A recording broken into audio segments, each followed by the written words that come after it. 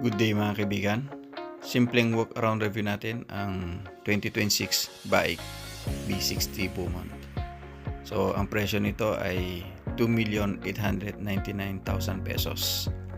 Pero sa ngayon ay meron siyang discount na 100,000 pesos.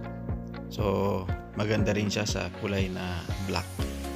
Ito ang tsura niya sa side. Napakaganda, parang Land Cruiser ang dating. Dito naman sa rear view niya, meron siyang, yung spare tire niya ay nakakabit sa rear door. Bali, ang loob nito ay maganda ang pagkagawa. Pa-refine ang pagkagawa at premium ang mga materials na ginamit dito. Bali, light brown na leather material ang ginamit sa upuan. At ang ceiling niya ay light, medyo dark na cream.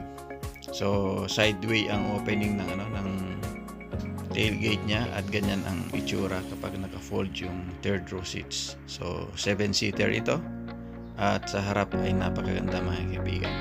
Yan ang itsura niya sa harap. Parang may pagkahawig siya ng Jeep Grand Cherokee.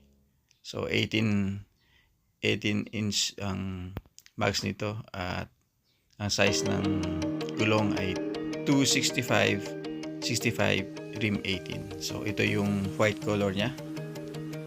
Ang ganda rin sa personal nitong white color.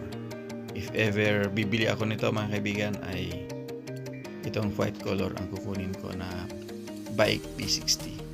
Bali ang engine pala nito mga kaibigan ay 2.0 na diesel hybrid. So inline 4 ang engine niya. Ayan. So hopefully nagustuhan niyo itong simpleng walk around review natin sa Bike B60 Beaumont.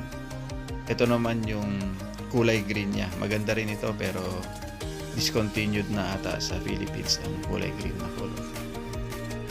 Okay, maraming salamat muli mga kaibigan sa panonood. And as always, keep believing and trusting the Lord. Keep safe. God bless.